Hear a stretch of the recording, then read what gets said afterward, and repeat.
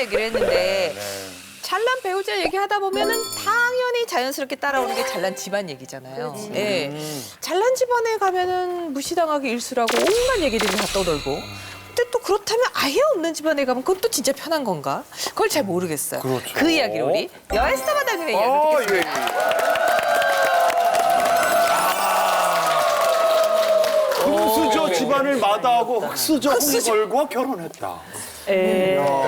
사실은 이제 제가 이제 대구가 고향이거든요. 할아버님이 굉장히 여러 가지 사업을 뭐 언론 쪽도 하고 굉장히 다양한 사업을 하셨어요. 네. 이제 그러다 보니까 아무래도 사업을 하면 그 자녀를 결혼을 시킬 때 내 사업과 연관이 되는 예를 들면 무슨 산업의 청재 자제나 이렇게 결혼을 많이 시키게 되죠. 정략 금수저 결혼 정략 만드는 결혼. 거죠. 예. 그래서 저희 이제 친할머님이 저희 고모들을 다 그렇게 결혼을 시켰어요. 근데 제가 지금도 기억이 나는 게 이제 저희 고모가 사랑하는 사람이 있었는데 어쩔 수 없이 집안일 때문에 이제 정략 결혼을 하게 되었고 그리고는 이제 막 호화스럽게 호텔에서 결혼하는 고모를 보고 그리고 나서 얼마 있지 않다가 불행한 헤어짐을 반복적으로 겪는 고모들의 모습을 많이 봤었어요. 그러니까 이제 저는 많은 분들이 금수저와 흑수저에 대해서 집안의 경제적인 여건이나 이런 것들을 얘기하지만 제가 그동안 봤던 금수저들의 삶이라고 하는 게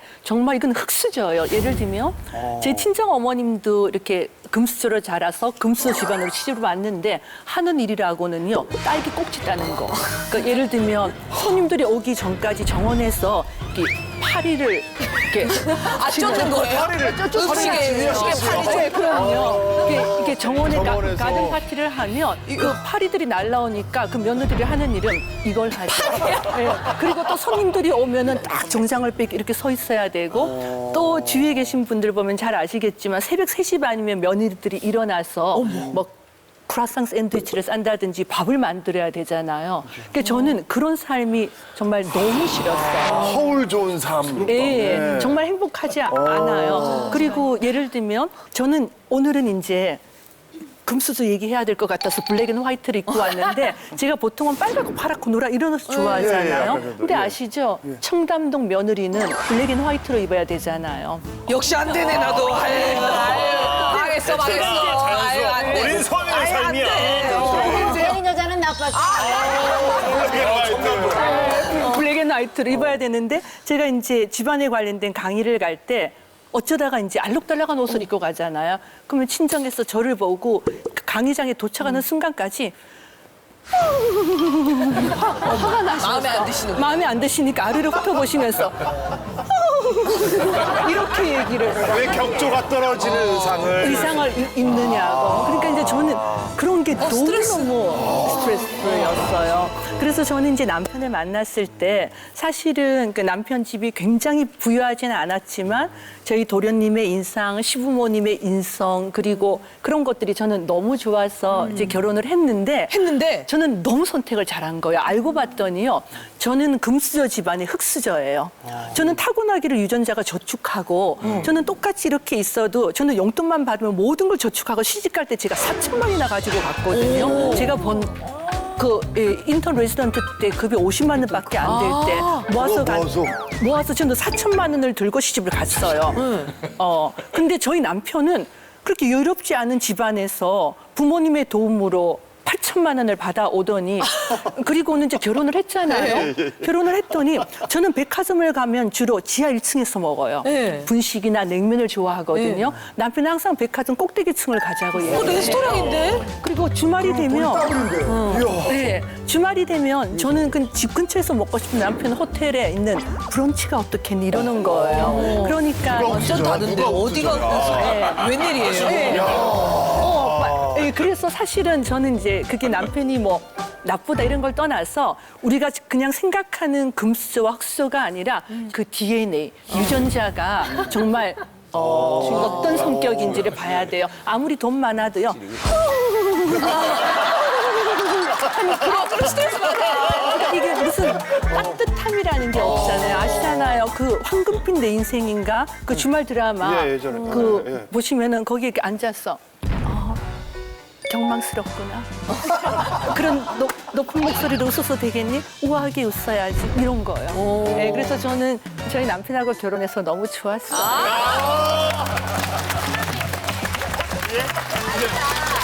가난한 사람이랑 결혼한다고 해도 허락하세요?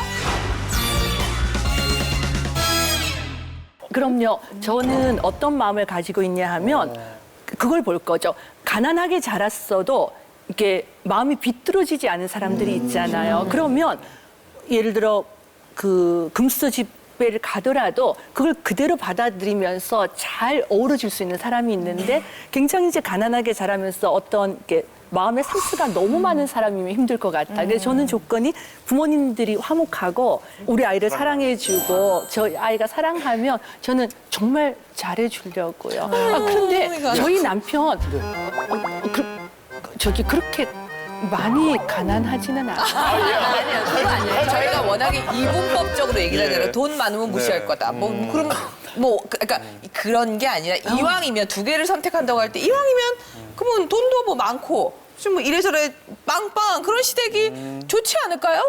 좋죠. 예. 당연히 좋죠. 그게 싫다고 하는 근데 게 살아보니까 좋은 것만 있는 건 아니잖아. 잘 나가는 시댁이. 그러니까 우리 어머니는 잘 나가시죠. 아직도 뭐 굉장하시죠. 저 10배 정도는 되시니까. 근데 우리 어머니는 이거 뭐 얘기하면 이게 항상 바뀌어요. 그 왜 돈 많은 사람들이 이렇게 유산이 가는 게 이 아들이 마음에 들면 이 아들한테 간다 그러고 쟤 아닌 것 같다. 네가 더 나은 것 같다. 내가 네한테 줘야 되겠다. 이렇게 옮겨 다니는 스타일이잖아요. 근데 저는 또 우리 어머니만 아니 저는 만만치가 않거든요. 그러니까 우리 어머니가 또 그런 얘기를 하시길래 어머니 자식들한테 나눠주면요 4명밖에 행복하지 않아요. 근데 어머니가 기부를 하면요 400명, 4,000명, 4만 명도 될 수 있어요. 그러니까 어머니 절대 아들들 준다는 생각하지 마시고 기부를 하세요. 세상에. 우리 어머니가 그건 내가 알아서 할게. 그러니까 그런 게 있어요. 그러니까 확실히 능력이 되시고 많은 게 그리고 또 그런 게 있기 때문에 아들이나 며느리가 노를 못 해요. 우리 집안에서 노할 수 있는 여자는 저밖에 없어요. 그러니까 우리 어머니가 처음에는 못마땅하고 싫지만 또 괜찮은 거예요. 근데 또 가까이 하기는 싫은 거예요. 그러니까 예를 들면은 내가 이 돈 다 써도 못 죽는다. 이 돈 다 우에 쓰겠노. 그럼 어머니 교통체증 심하니까 우리가 헬리콥터 하나 타고 사가지고 헬리콥터 타고 다닙시다. 그 기왕 사는 거 못 떨어지게 살아야지. 야는 뭐라 카노. 이런 스타일이거든요. 그러니까 이게 끌려가면 안 될 것 같아. 아무리 있어도 끌려가면 안 되고 그 시대에. 아무리 없어도 무시하면 안 되는 거예요. 아 근데 그거는 김보라 마담님이 잘 나가고 계속 지금 하고 있어요. 아니 그거하고 상관없어요. 그거하고 상관. 근데 수그린다고 주실 분도 아니에요, 사실은. 우리 어머니는 뭐 수그린다고 주고 비유 맞춘다고 하실 분이 아니시기 때문에 전 벌써 머리가 좋거든요. 다른 며느리들보다 빨리 간파한 거죠. 아니다 이거는. 네, 그건 아니에요. 근데 잘 사는 사람이랑 만나는 게 부담스러워요. 왜? 왜냐면 제가 잘 사는 남자친구 있으면 무조건 엄마가 시끄러워요. 외국인이니까 안 되냐 뭐 이런 거 너무 많이 따지는데 잘 살지 않은 남자친구들이는 엄마가 되게 착했어요. 그래서 다시 만났을 때 잘 사는 집안다 하면 제가 또 뭐라고 하실까 봐. 아, 나 시끄럽다는 게 어머니가 직접 스태프 씨한테 네, 뭐라고? 네네, 해요. 어머니 없는 집으로 가라. 네, 뭐라고? 네네, 어머니 해요. 없는 집으로 가라. 맞아요, 맞아요. 어머니가 그렇게 부담스러우면 어머니 없는 부자한테로 가거라. 아니 근데 뭐라고 어머니가 그러니까 외국인이 안 된다고 하거나 외국인이 안 된다. 그리고 한 살이라도 여자가 많으면 엄마한테 침 빼는 거랑 똑같다 이런 말씀을까지 하니까 얘기를 하세요? 그래서 저는 잘 사는 집에 보면 좀 부담스러운 게 있어요. 설수진 씨 같은 경우에는 그 저는요 시댁이 시댁이 돈이 많으면 좋긴 하죠. 근데 정말 따라오는 무언가가 되게 많기는 해요. 저는 그 친구 중에 그런 친구가 있어가지고 한참 저한테 상담을 하더라고요. 그래서 제가 그랬죠. 야 회사를 다녀봐라. 눈치 안 보고 사는 사람이 어딨냐고. 그 직장 생활을 한다고 생각하고 사장님을 모신다 생각해봐라. 세상에 힘든 게 없다. 네, 저는 그렇게 얘기를 해줬었어요. 아니 제 친구가요. 되게 그 큰 건설사의 사위로 들어갔어요. 근데 진짜 걔는 재벌이 된 거죠. 근데 이제 제가 그 친구를 보면서 느끼는 건데 그쪽 약간 이건 반대지. 처가 쪽이 엄청 부자잖아요. 근데 제가 보니까 결국은 이제 그 친구도 좀 바뀌던데요. 그러니까 예를 들면 되게 얌전해지더라고. 그 집안의 법에 재벌 사회처럼 이게 됐구나. 순응하면서 이게 사람이 바뀌고 뭐 이런 건 아닌데 그 친구가 되게 알뜰하고 막 이렇게 놀고 이런 애인데 거기에 들어가니까 얌전해지고 월요일 날마다 뭐 가족 식사가 있으면 그거 다 해야 되고 막 약간 요렇게 바뀌더라고요. 친구들도 놀던 친구들이 주변에 굉장히 많아요. 이렇게 뭐 직업도 변번이 못 찾고 뭐 한 달 만에 때려치는 이런 백수 친구들이 많았는데 굉장히 어리고 부잣집 이런 곳으로 장가를 간 거예요. 이거 웬걸? 뭐 시작 때부터 장인어른이 딸 고생하지 말라고 50평대 아파트들 시작하고 뭐 강아지 넓게 뛰어다녀야 된다고 큰 집들 얻어주고 강아지 진짜 레알 강아지. 딸이 꼭 가져가야 된다니까 팔자 그걸 완전 해주고 별장도 몇 개 있는지 막 한 동에 집이 몇 개씩 가지고 있는 그런 집에 간 거예요. 그래서 이것이 인생인가? 나 잘 살고 있는 거지? 이러고 있는데 많이 흔들렸구나. 처음에 좀 부럽더라고요. 그리고 이 남자라는 걸 마음에 품고 사는데 이거 부럽다 이러는데 근데 어느 순간에 이 친구가 고민을 털어놓기 시작한 거예요. 뭐냐면 하루 일과가 강아지 저녁 때 산책시켜야 돼요. 저거 봐봐. 수제 간식 사러 가야 되고 수제 간식. 자기는 정말 이것도 맛있어 보이는데 꼭 수제 간식 비싼 걸 사러 가야 되고 이해가 안 가는 여러 가지 그런 일들 그리고 장인어른 앞에서 맨날 사업적인 얘기를 이제 외동딸이다 보니까 이제 전수받는 그런 좋은 거잖아. 공부도 안 한 친구가 그 장인어른하고 그런 놀던 친구가. 체질이 안 맞는 거야. 현재는 나오더라고요. 거봐. 네. 내가 보통 이거 의외로 많다니까. 장인어른의 그 많은 유혹과 이제 조금 버티면은 이렇게 많이 해주신다는 그런 걸 못 이기더라고요. 그런데 내가 좀 안타까운 게 그렇지 않고 옛날 모습 갖고 그런 회사를 물려받을 수가 없잖아요. 그쵸. 그걸 물려받으려면 내가 바뀌어야죠. 근데 내 주변에도 보면 조금만 노력하면 굉장히 좋은 환경에 살 수 있는 사람이 너무 힘들다고 포기해버릴 때 너무 안타까운 거예요. 본인이 힘들다고 느끼지 실제로 힘든 일은 아니거든요.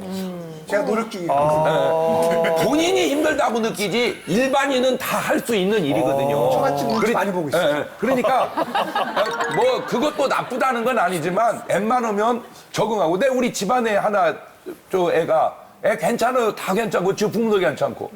지가 조금만 욕심내면 진짜 좋은 결혼할 수 있어요. 그런데 엄두가 안 나는 것처럼 얘는 느껴지는 거야. 일반인이 볼 때는 아무것도 아니거든요. 그래서 내가 뭔 얘기를 하냐면 당신이 힘들다고 하는 그 힘든 것이 객관적으로 볼 때는 아무것도 아닐 수도 있다는 걸 알아라. 근데 목사님께 반기를 들어서 너무 죄송한데요. 이 결혼 생활이라고 하는 건 객관적인 것보다는 주관적인 게 중요하지 않을까. 내가 느끼는. 너무 죄송해요. 왜냐하면 내가 정말 고통스러울 수 있을 것 같거든. 너무 죄송해요. 반기를 들어서. 예. 짜장면이 눈치 보는 소고기보다 맛있을 수도 있어요. 좋은데 멘트. 나 원래 짜장면을 더 좋아해. 아마 제가 이름은 못 말하지만 그 친한 친구가 짜장면은 소고기래. 선택했던 건 이유일 거죠. 뭐 이렇게 몸에 맞지 않는 옷을 옷을 입는 입은 게 거야. 불편한 거죠. 오히려 현명한 걸 택했을 수도 있어요. 자기가 행복한 예, 거. 맞아. 국밥 뭐 일 열심히 하고 국밥 먹고 자기가 막 수다도 마음껏 떨 수 있고 이걸 원한 거지. 네, 아마 이렇게 인생이니까. 목적집은 제가 이제 변호사로서 수많은 이혼 또는 뭐 그에 관련된 가정 내 갈등 상황을 상담을 하거나 이제 뭐 소송을 한 경험에서의 결론은 돈이 많은 시댁을 만나면 피곤한 건 분명히 있어요. 세상에 공짜는 없어요.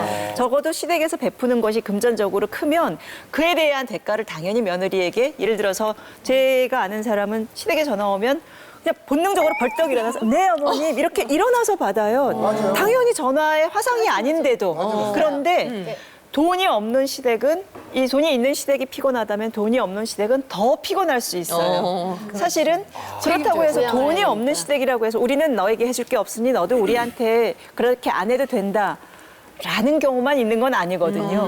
오히려 네가 어쨌든 능력이 있는 거 우리 아들 만나서 그렇게 된 거니까 당연히 그에 대해서 시댁에게 대해서 너도 할 도리를 해야지라고 하는 경우들도 사실은 굉장히 많아요. 그러다 보면 사실은 며느리 입장에서는 아니 나는 시댁에서 받은 것도 하나 없고 오히려 내가 다 양쪽에 가장 노릇을 하는데 시댁에서 저렇게 당당한 게 정말 이해가 안 가는 건 거죠. 그러다 보면은 시댁과의 이 며느리가 정말 소위 말해서 주도권 싸움을 넘어서 절연을 하는 상황까지. 아니, 그러니까 우리 어머니가 그 경우가 얘기를 하셨어요. 많아요. 우리 아들한테 제가 결혼하고 건물을 주셨어요. 그러면서 우리 어머니가 하시는 말씀이 니네 결혼해서 뭐 잘 산다 카인 내가 너한테 줬다. 그래서 저는 그 자리에서 얘기했어요. 어머니는 저한테 주신 게 없습니다. 저한테 주신 건 제 명의로 주셔야지 어머니 아들한테 주신 거고 어머니 아들 명의만 됐기 때문에 저는 어머님한테 받은 게 없습니다. 그러니까 어머니 저한테 주셨다고 얘기하지 마시고요. 저한테 주시면 제 이름으로 해서 저한테 그렇게 얘기할 수 있는 저는 그렇게 얘기했어요. 저렇게 얘기할 수 있는 명언. 그랬더니. 생색을 내려면 나 이러고 네, 싶어. 그때 우리 어머니가 몹시 불쾌하시고 내 집에 갈랜다 이러고. 근데 이게 전부 보니까 저 사람이야. 사람을 부자고 고지고 흙수저고 금수저고 나무수저고 간에 어떤 사람과 어떤 사람이 만나느냐가 중요합니다. 잘 사는 집안 엄마가 문제가 꼭 부잣집인데 못 사는 사람하고 만났다고 해서 나쁜 것도 아닐 수 있고 나는 뭐 많이 봐왔기 때문에 나는 뭐 가장 비슷비슷한 사람끼리 만났어요. 사실은 이제 내 얘기를 하나도 기회가 없어서겠는데 뭐 다른 거는 난 남자가 좀 잘 사는 줄 알았어. 근데 못 살지는 않았어요, 그 댁이. 그러나 나보다는 나았는데 그 아버지가 그렇게 곧잘 사시는 걸로 뭐 집을 해주고 뭐 하고 없었어. 근데 나한테는 그게 굉장히 교훈이 됐다고.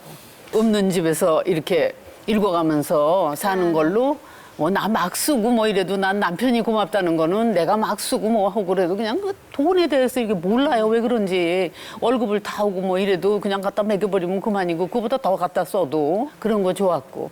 그리고 내가 고마운 거는 그냥 순조롭게 자기 일 하면서 정년퇴직 해준 거 고맙고 여러 가지가 이제 그렇게 우리는 살아왔어요. 근데 비슷해서 그랬는지 지금 다 똑같은 얘기 지나간 거야. 옷 같은 거 있죠? 나는 지금까지도 그거 아닌데? 이래 옷 입은 거 보고. 이러면은 아니 근데 지금까지도 그렇게 관심을 가지고 그러는 거는 좋은데 그 얘기 한마디 하면 아 그러지 마 이래놓고도 그 옷이 다시 입기 싫어져. 그러면은 내가 이 남편을 무시하고 뭐 싫어하고 무슨 그런 부분이 있는지는 몰라도 아직까진 저 남자의 관심이 싫지는 않은가 보다. 싫어한다는 건 안 하고 진짜 맞아. 그래서 그런 걸로는 뭐 성공하고 살았잖아. 사랑이 있어. 합방하세요.